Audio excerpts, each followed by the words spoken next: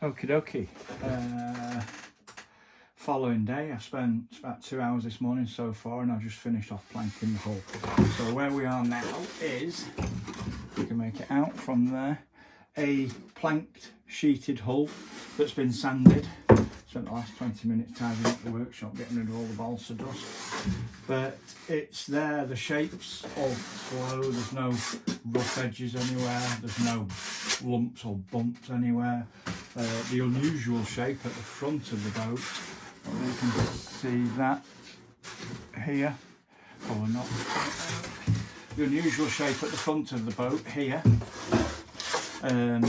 has been achieved the way we have a flat section and then it's down, and then it's almost like these bilges here flare into the front. Might sand that a little bit more there actually, needs to flatten off a little bit. Slight curve here, which is unusual, it tends to be a bit sharper there. But the hull is now complete, ready for sheeting, plating should I say. Now I've looked at images of both Abercrombie and Roberts, assuming the hull was built identically even though the superstructure was different, and the start of it is relatively straightforward.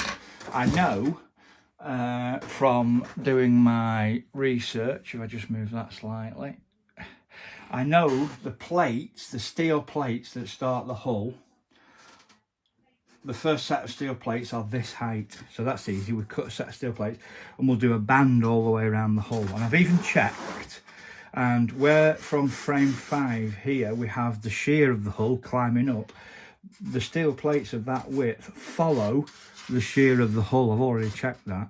Then there's another row below that, and then a slightly narrower row below that.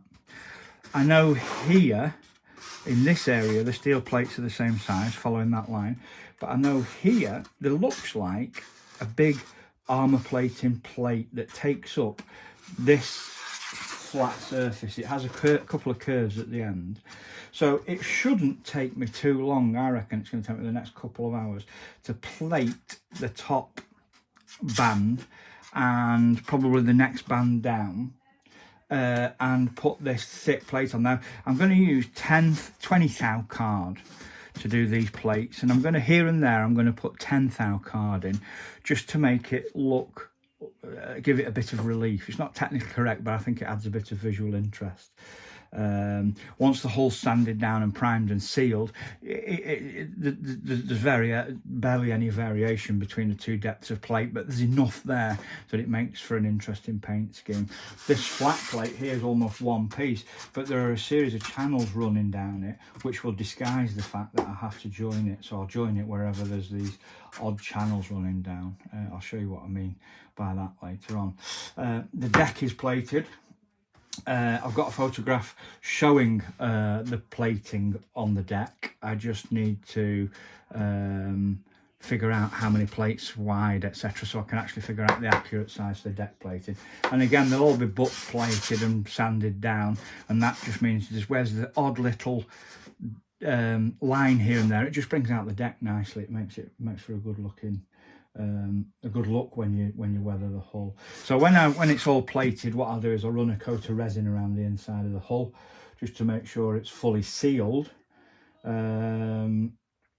The plating and the primering will seal the outside of the hull, no trouble at all, because the primering, what I do is I'll plate it with close fit, with no gaps, and then I run some liquid poly over the hull, then I run some filler where there's any imperfections, and then a couple of coats of filler primer rubbed back, so the outside will be waterproof nicely, the inside will be waterproofed with a good sloshing around of resin.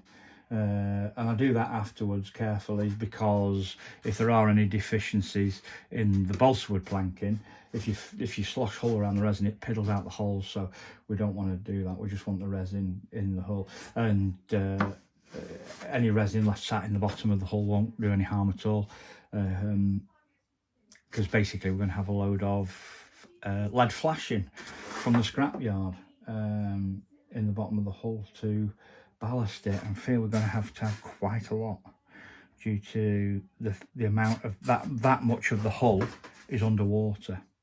And the way I've designed the hull here, we can get our hands right up inside even further up here, right up inside, to make sure we can put the lead where we need it to be. Obviously you need less lead at the front because the front and the rear of the boats are slightly less buoyant than the centre of the boat, so we'll take that into account when we're ballasting it. I might have to do final ballasting at the local pond due to the fact that I don't think this is going to fit in my bath. Normally tugboats, little tugboats do. Anyway, I'm going to leave it there. I'm going to come back when I've got a few plates on. The plates themselves are no secret in producing them. The plates for the hull sides will be 28mm long by about 50mm.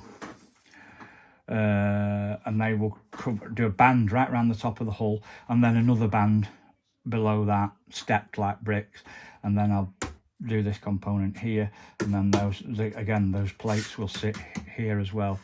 So it's all relatively easy, relatively straightforward to do, and it will give us hopefully a reasonable looking hull. We can cold bend plates, we can fold them, we can crease them when we're talking 20 and 10 thou thickness of plastic, so it's easy to deal with. Okay, but there's the hull in its entirety and its unusual shape. You can see how unbelievably wide it is compared to its draft. And I have a specific thing.